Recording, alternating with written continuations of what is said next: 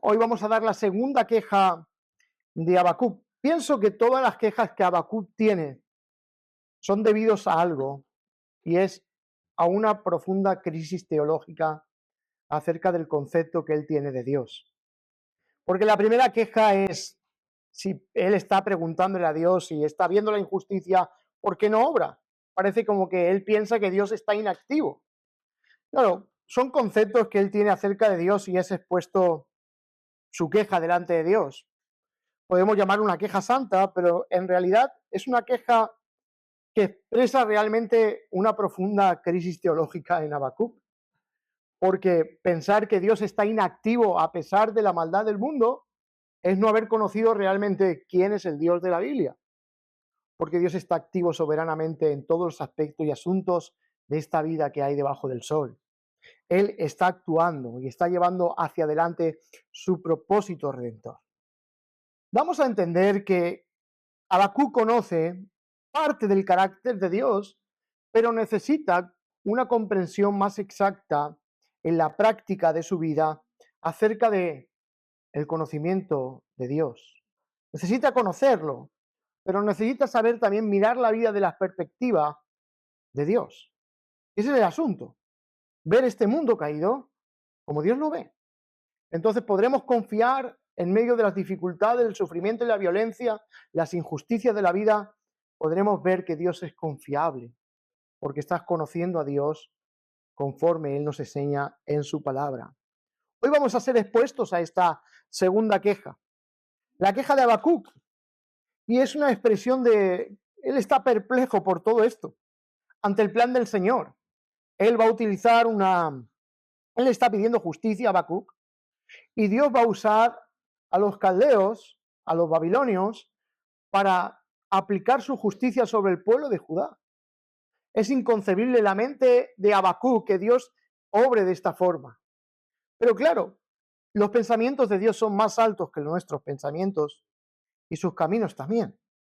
Entonces la perplejidad de Habacuc es profunda, porque él no espera que Dios obre y quiere entender por qué Dios obra así. Pienso que él quiere profundizar más en el conocimiento de Dios y comprender por qué Dios hace todas las cosas conforme las hace. O puedo pensar que Habacuc lo que quiere es que Dios obre como él piensa que debe de obrar. Entonces estamos entre ese dilema. Si quiero comprenderlo o quiero que Dios obre de la forma que yo quisiera que obrase.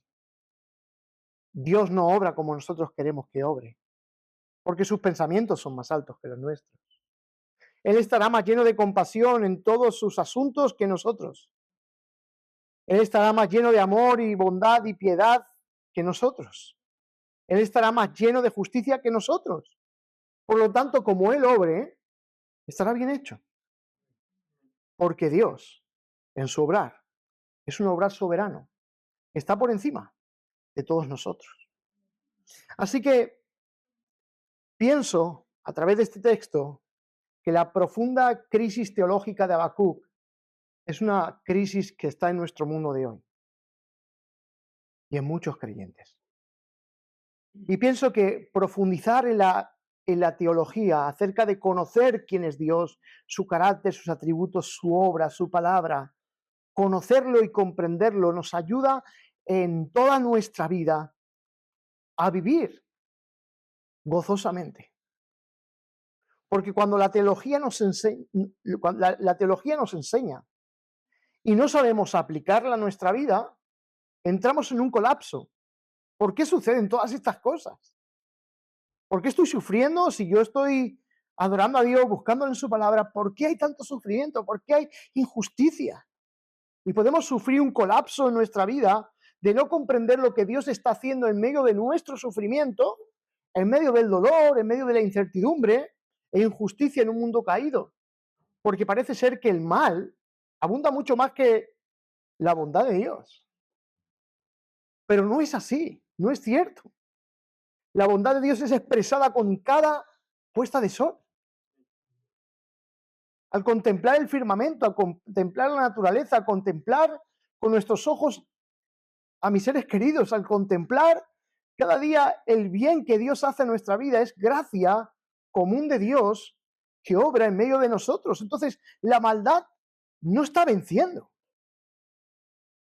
Es la bondad de Dios expresando en todos los asuntos de esta vida la que lleva su avance, y al fin Dios y los que confían en Él triunfarán. Así que Dios es confiable. Es confiable en todo momento. Aun cuando entendemos las cosas y cuando no las entendemos, Dios es confiable. Porque Él sabe lo que hace a pesar de que no entendamos lo que sucede. Entonces debemos de descansar en una comprensión teológica más exacta de quién es nuestro Dios, para poder descansar con confianza y seguridad a pesar de lo que suframos en nuestra vida. Así que vamos a leer el texto y vamos a leerlo y vamos a leer desde el 12 al 15, al 17, dice, leemos el nombre del Señor. ¿No eres tú desde el principio, oh Señor, Dios mío, Santo mío? No moriremos. Oh Jehová, para juicio lo pusiste, y tú, oh roca, lo fundaste para castigar.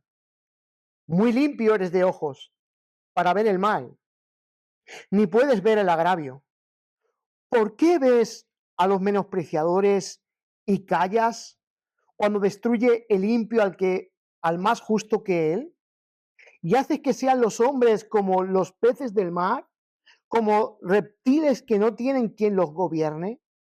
Sacará a todos con anzuelo, los recogerá con su red y los juntará en sus mallas, por lo cual se alegrará y se regocijará.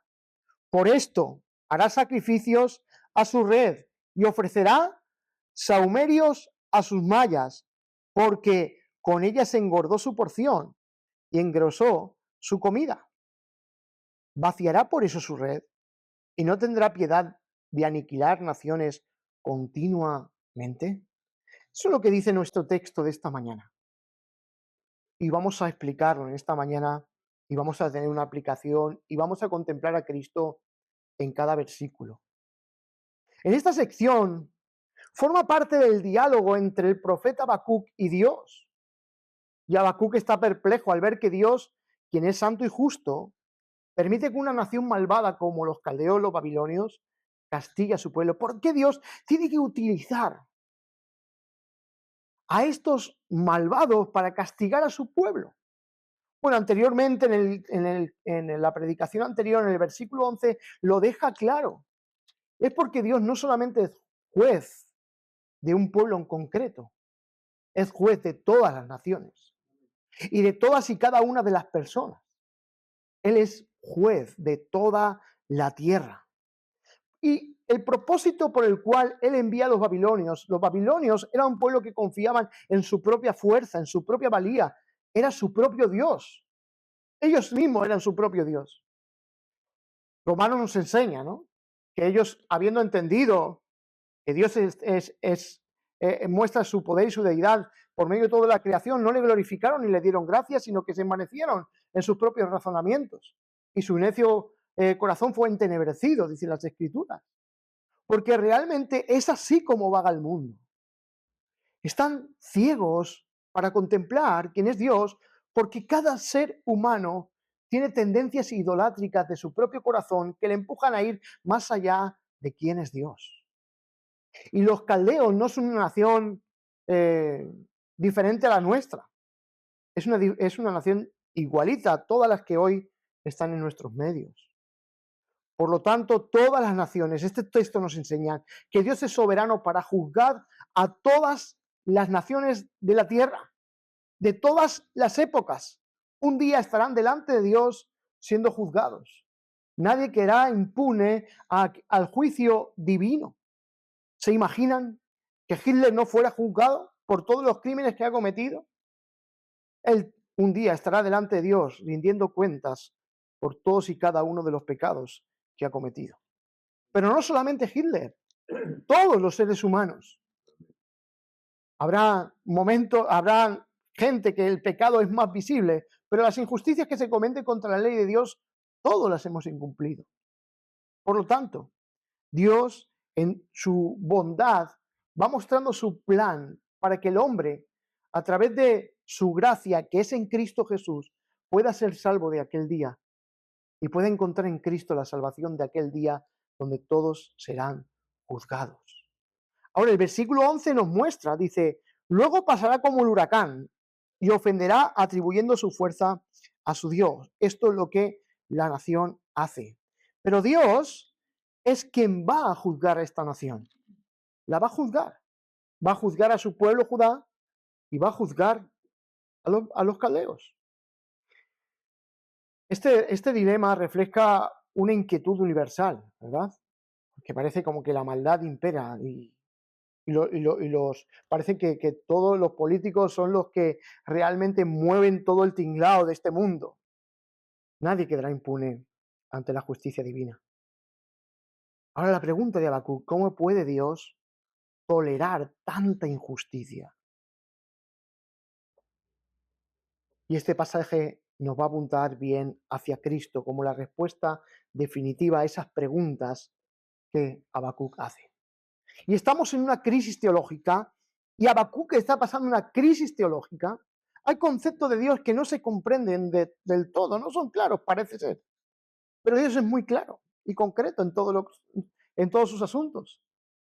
Y Habacuc se centra en su crisis teológica, no comprende por qué Dios. Daros cuenta las preguntas que hace.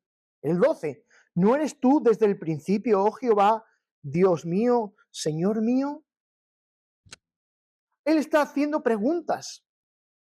Son preguntas retóricas. Y este dilema nos ayudaría a tener una perspectiva teológica sobre la soberanía de Dios. Él necesita comprender cómo Dios soberano, cada uno de los planes que Él ha planificado en su buena voluntad, tienen un propósito santo y digno de Él.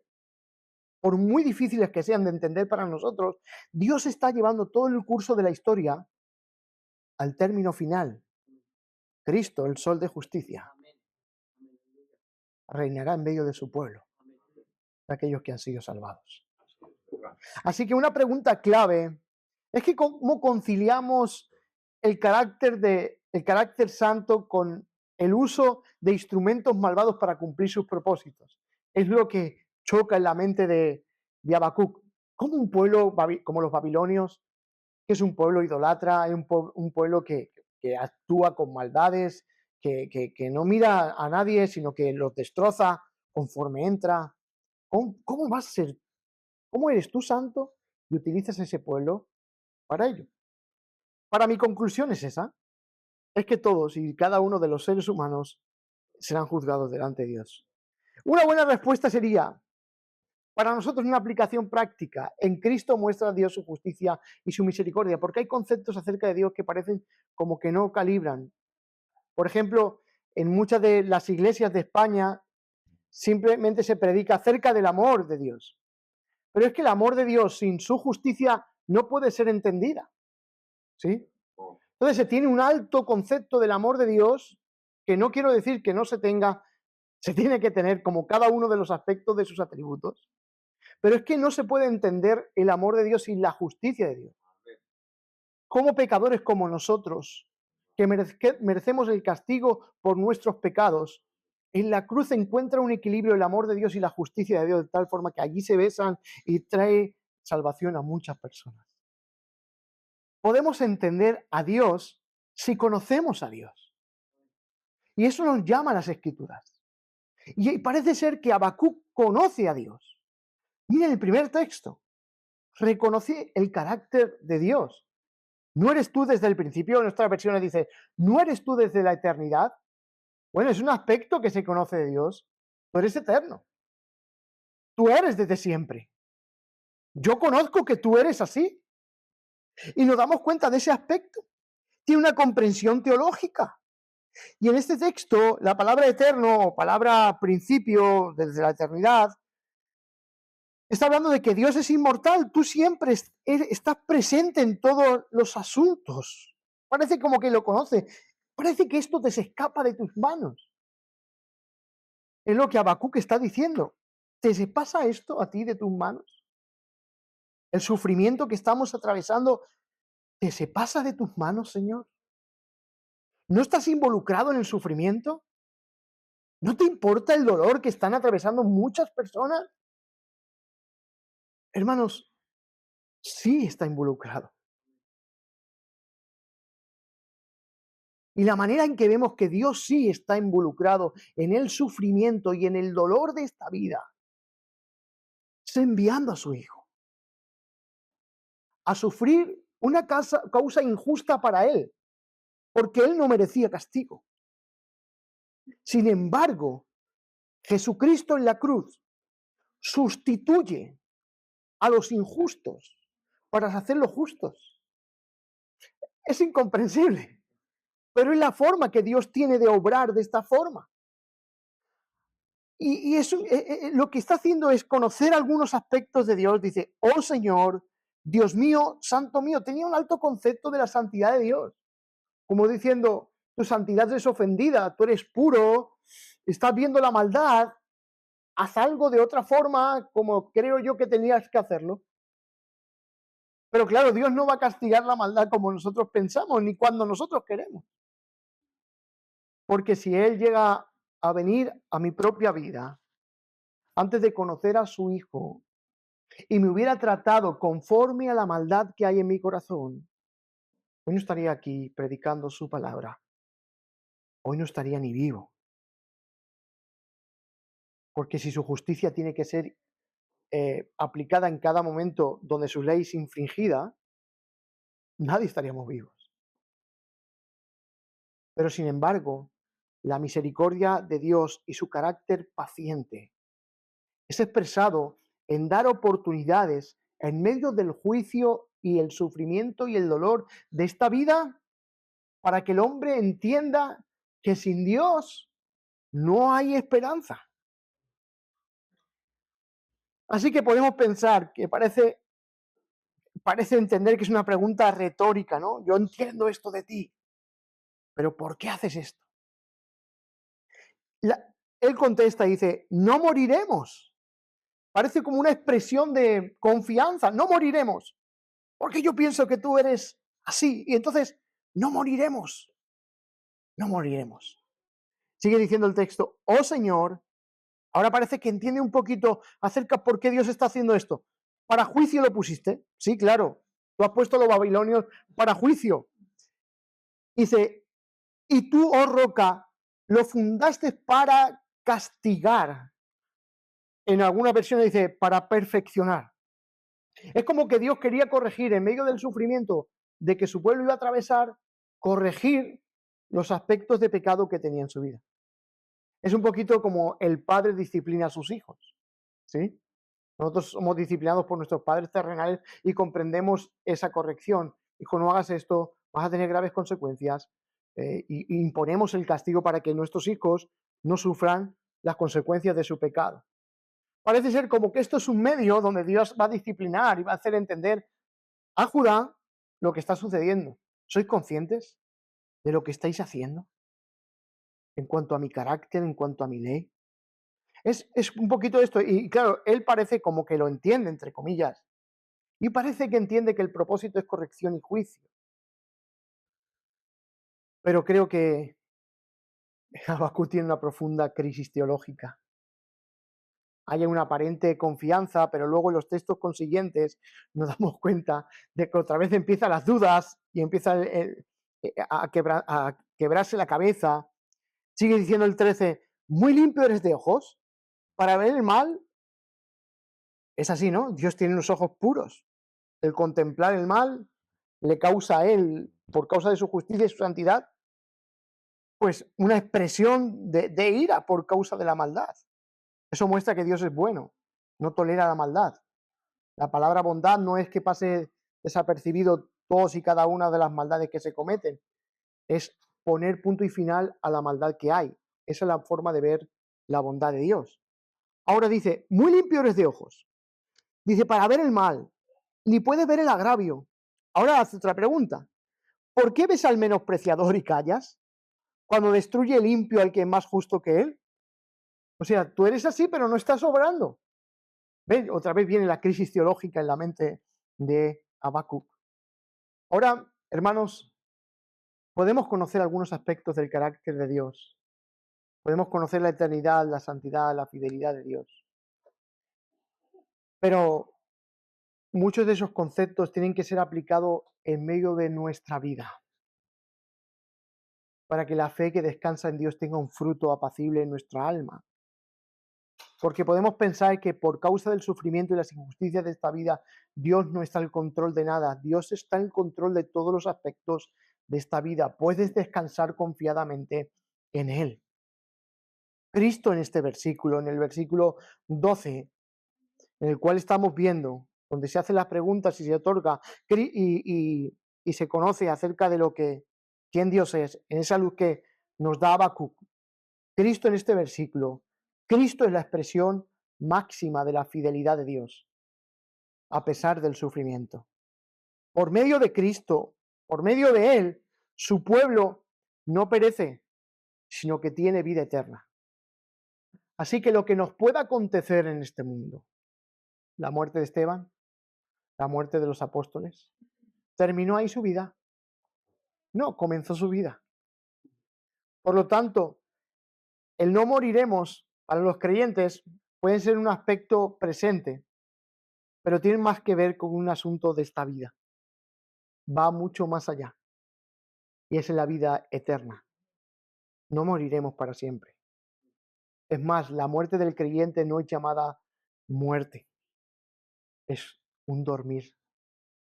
Entonces Cristo nos otorga vida eterna. Ese no moriremos, podemos decirlo, que a pesar de que nuestra vida sea perdida en este mundo, hay una vida eterna conquistada por Cristo. En la cruz se logra ver la relación entre los aspectos teológicos que a menudo nos causa tanta indignación o confusión. ¿Cómo puede Dios mostrar su justicia y su bondad? ¿Es justo? ¿Es bueno? ¿Quién es Dios? ¿Cuál es su carácter? ¿Es más bondadoso que justo? ¿Es más amoroso que justo? Bueno, parece ser como que a veces hay un desequilibrio en Dios. Imposible. En todos sus atributos es perfecto.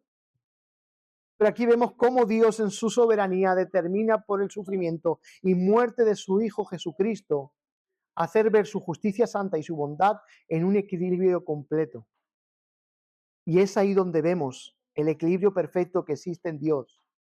Dios mismo no es que ignore la maldad, sino que ha buscado una solución a la maldad en su bondad. Él castiga la maldad, pero busca una solución para la maldad. Y es en Cristo. ¿Sí? Para que los pecadores no sufran el castigo de sus injusticias. Para los que creen y son justificados por la obra de su Hijo, ya no tengan que pasar por el juicio eterno, sino que vengan a tener una salvación eterna. ¿Sí? Y en este contexto, ellos han pecado contra Dios y su pacto. Dios no termina con ellos. Debería haber terminado. Pero lo va a corregir. Lo va a juzgar. Con ellos, el propósito de que vuelvan a Él. Ese es el propósito. Corregirlos. Para que de nuevo el 2 lo va a decir, para que no descansen en sí mismos ni se hundan en sus pecados, sino que el justo por la fe viva. ¿Se entiende?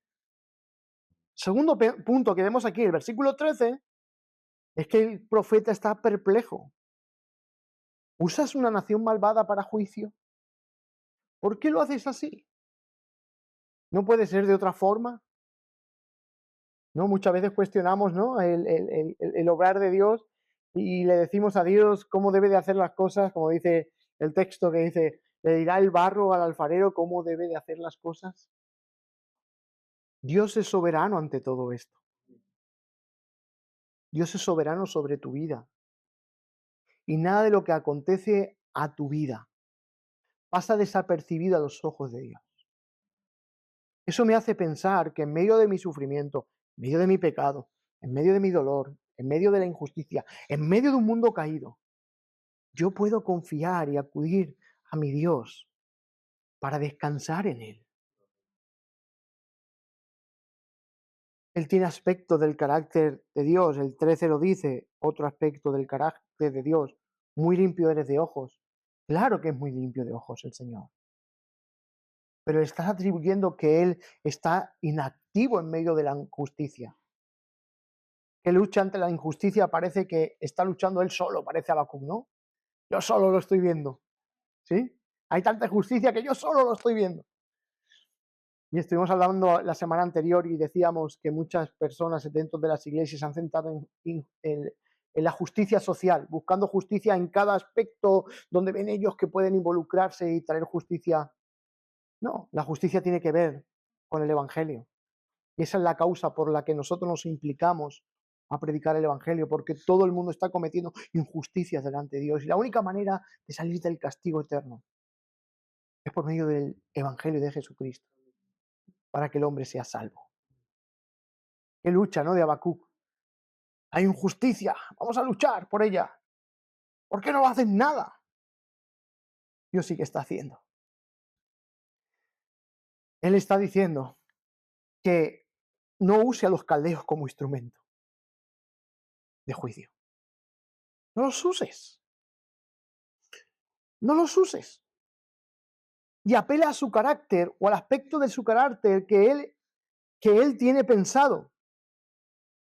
Él tiene una comprensión acerca del carácter de Dios y quiere que Dios obre conforme a los aspectos que él conoce. ¿Sí? Pero es que Dios en su totalidad es perfecto. Y obrará conforme a su propio carácter, no a mi propia comprensión de Dios. ¿Se entiende? Porque mi comprensión de Dios puede estar nublada o ciega en ciertos aspectos. Pero el obrar de Dios es claro, porque es su obrar. Y Dios obra soberanamente como Él dice que es correcto. Y nadie tiene que objetar a lo que Él dice. Es más, todos tenemos que decir sí y amén a lo que tú digas.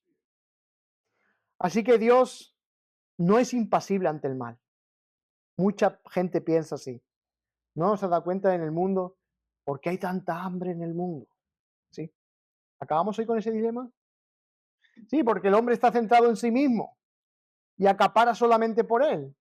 Porque el egoísmo del corazón de los hombres es un corazón que solamente piensa en sí mismo y no reparte bienes.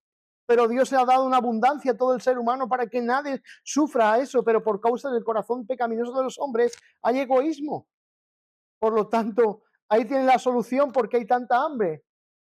Es la rebelión del pecado contra Dios. Es porque el hombre realmente infringe la ley de Dios. ¿Dios es injusto? No, el hombre es injusto. Y Dios es justo. Así que Dios no es impasible ante el mal. Mucha gente piensa así. Pero un día todos los malvados serán juzgados. Podemos ver a Cristo en este versículo 13. Porque Cristo sufrió esta paradoja.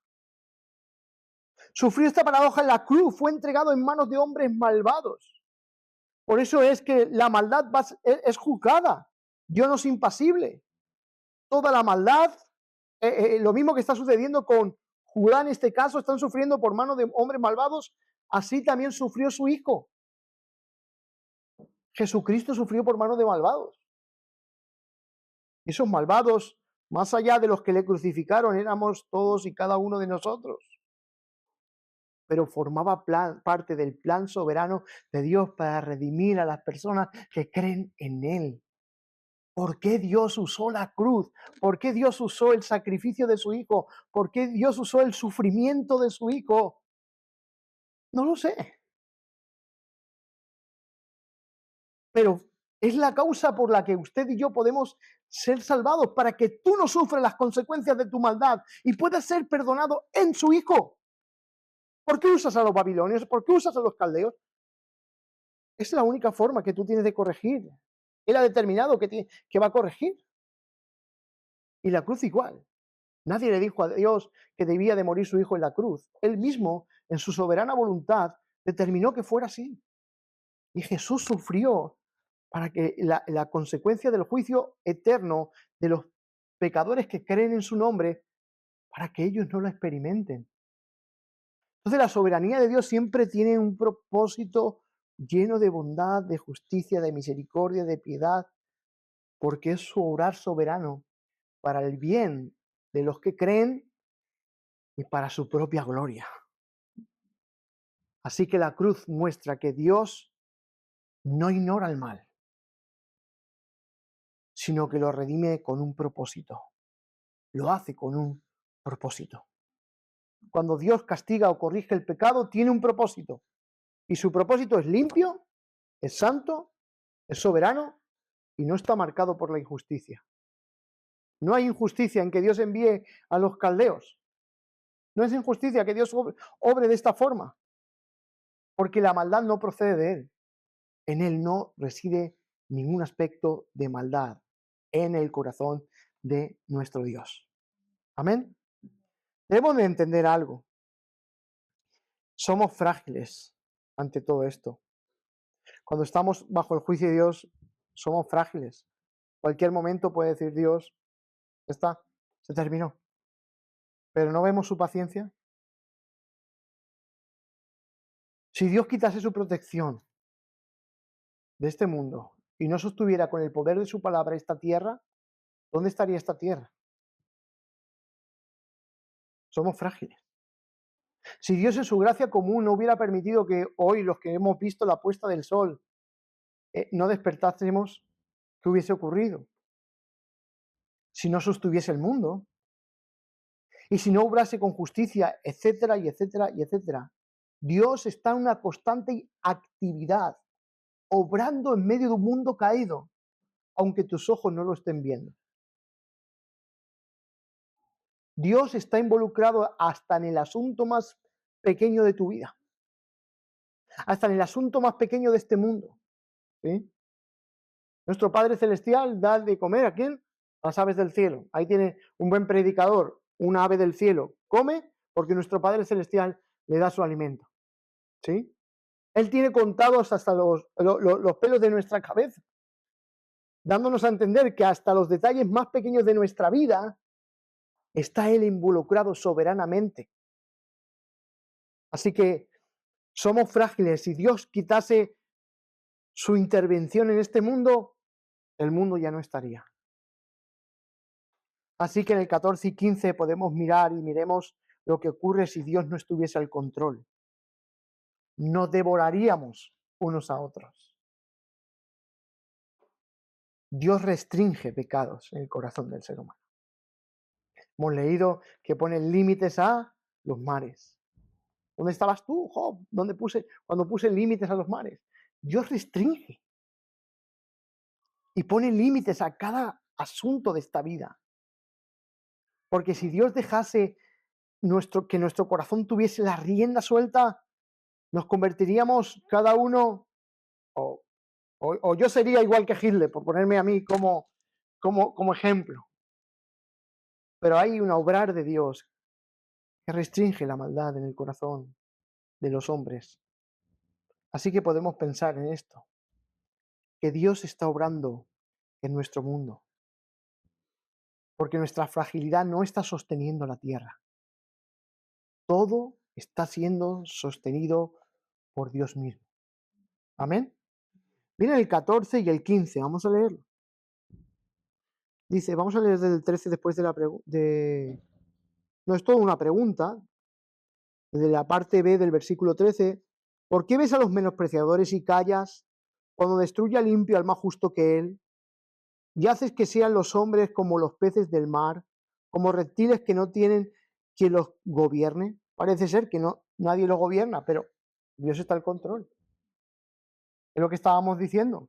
Dependemos de Dios absolutamente todo, aun a pesar de que las personas decidan no depender de Dios. ¿Se entiende? Hay gente que no depende de Dios. No dependo de Dios, depende de Dios, aunque tú no quieras depender de Dios. Porque si Dios decidiera no salir el sol más, si decidiera destruir esta tierra, no estaría obrando en injusticia, estaría obrando con su justicia. Y a pesar de que tú no quieres depender de Dios, dependes de Dios más de lo que piensas. Son conceptos, ¿no? que se escapan a nuestra, como dice mi hermano Adolfo, mente finita. Dependemos de Dios. Los hombres y la protección de Dios están indefensos. Moriríamos. Y Cristo en estos versículos, Cristo es el único que nos puede libertar de toda esta maldad que hay en nuestros propios corazones. Versículo 15, sacará a todos con anzuelo, esto es lo que hará los caldeos, sacará a todos con anzuelo, los recogerá con su red y los juntará en sus mallas, por lo cual se alegrará y se regocijará. Eso es lo que hacen con las personas, nos devoraríamos. Y esto es lo que hacen los seres humanos. Y si Dios retirara su protección, nos hubiéramos consumido. Mira Rusia y Ucrania, mira Israel y Oriente Medio, mira cada uno de los intereses políticos, nos destruiríamos. Mira tu mundo de hoy. Dios pone sus límites. Así que dependemos de Dios más de lo que pensamos. Porque los hombres sin su protección estamos indefensos. Cristo es el libertador que nos rescata a su pueblo del dominio de estos pecados que cometemos. Y nos liberta de la fuerza del mal. A diferencia de cómo los hombres nos tratamos, el Hijo del Hombre nos trata con gracia y salvación. No hay nada en este mundo que se compare a la bondad de Cristo por excelencia. Dios no nos trata conforme a nuestros pecados. Nos está tratando conforme a su gracia y salvación. Es en contraste a los opresores humanos. Ellos van a destrozar. Dios en su juicio está diciendo, vais a sufrir, vais a tener disciplina, pero vais a entender quién soy yo. Que ese es el propósito de esta vida. Entender quién es Dios en Cristo. Para que en nada de este mundo encontremos firmeza y estabilidad fuera de Él. En Él encontramos ese sostenimiento en medio de un mundo caído. Es en Cristo. Así que Cristo se presenta como el buen pastor de nuestra vida, quien te cuida y te protege. Personalmente, mientras Babilonia usa redes para destruir, Cristo ha usado sus redes para salvar. Eso es lo que hace Cristo. Las naciones, Babilonia usaba sus redes para destruir, dice el texto. Sacará a todos con anzuelo, los recogerá con su red y los juntará con sus mallas, por lo cual se alegrará y se regocijará. Dice, por esto, el 16, por esto hará sacrificios a su red, ¿ves? La idolatría tiende a dar ofrenda a su fuerza. Y eso es lo que hace el mundo, devorarnos unos a otros. Sin embargo, Cristo sí que ha venido a echar una red. Pero esa red de salvación, para salvar a todos aquellos que confían en un mundo caído en Él. Amén. Y el último y cuarto punto, del 16 al 17. Por esto hará sacrificio a su rey y ofrecerá sahumerios a sus mallas, porque con ellas engordó su porción y engrosó su comida. Vaciará por eso su red y no tendrá piedad de aniquilar naciones continuamente. Eso es lo que hace. Eso es lo que piensa el profeta Habacuc que hace los babilonios. Es que si hay un mundo que no reconoce a Dios, esto será para mucho. No habrá un límite. Es lo que dice él. No van a acabar. Van a seguir continuando con su maldad. No, tendrá un fin la maldad. Porque hay un juicio definitivo. Y la maldad va a acabar. A pesar de que los hombres continúen con su maldad, hoy, toda esa maldad acabará un día. Y Habacuc está diciendo que van a aniquilar a naciones continuamente. Esto va a persistir hasta siempre. Nadie lo va a detener. Sí, Habacuc. Hay un día donde toda la maldad que vemos hoy terminará. Y gracias a Dios, porque terminará la maldad. Ningún poder malvado e idólatra quedará sin castigo. Dios juzgará a las naciones, Babilonia y su gloria y su poder caerán. Son idólatras. humanos que reflejan la tendencia de confiar en los medios que ellos consiguen y no en Dios. Ellos quieren conquistar sin Dios. Y aquí vemos a Cristo como el juez supremo y final. Él es el juez justo, que destruirá toda idolatría y establecerá su reino eterno.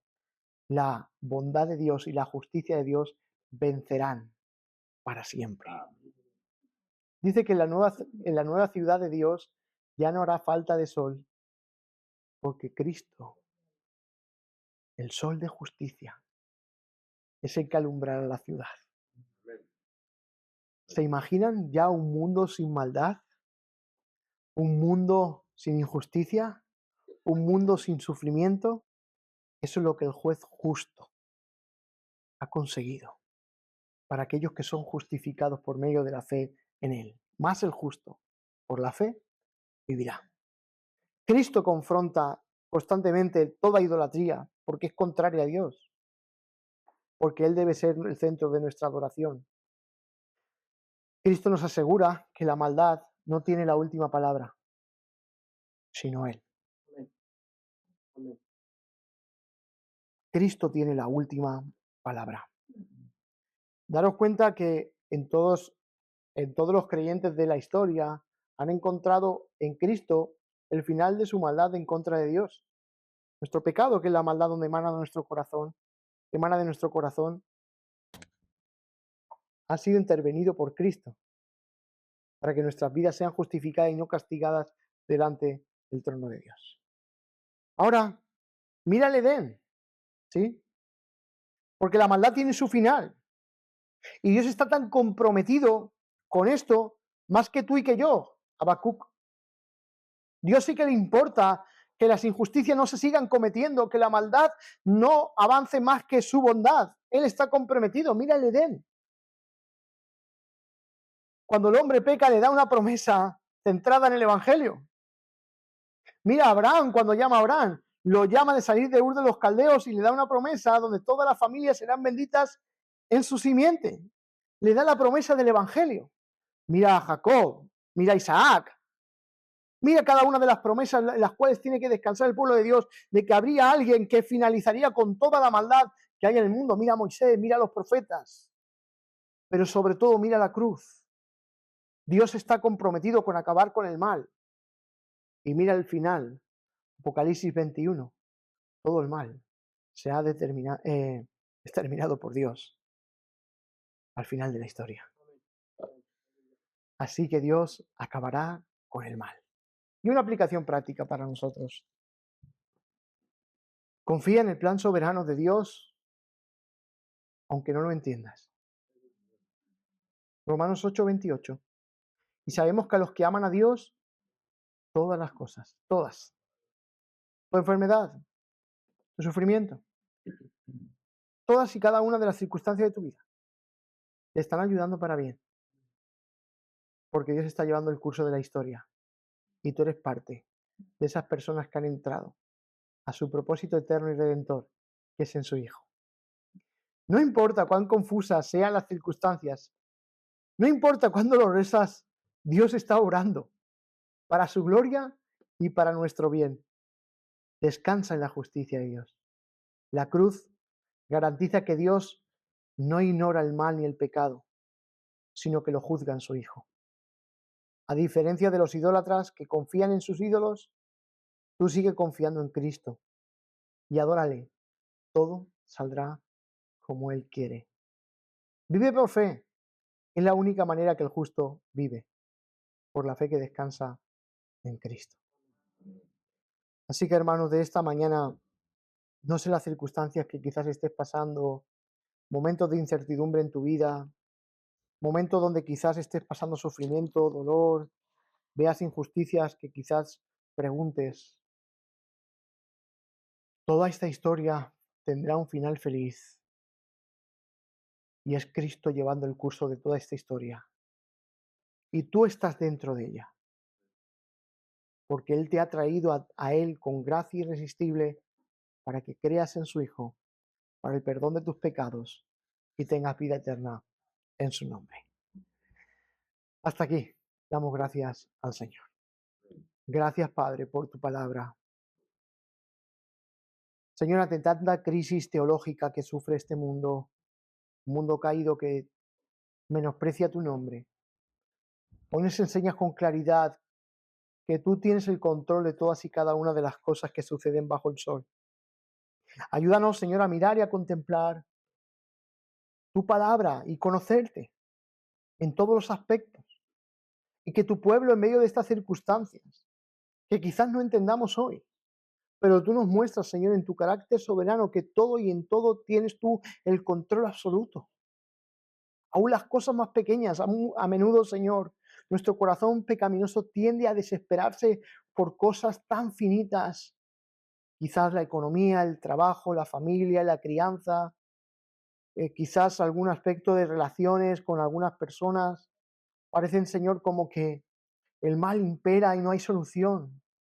Señor, ayúdanos a tomar en esta mañana esta postura de confiar y de arrepentirnos de nuestra maldad, para que tú obres en medio de nuestra vida y puedan ser claras tu carácter en toda la forma de vida que tenemos en nuestra vida. Padre, ayuda a tu pueblo a ver por encima de todas estas cosas que suceden en el mundo, que tú siempre triunfas y que los que confían en ti vivirán para siempre. Gracias por todo. En el nombre de Jesús. Amén y amén.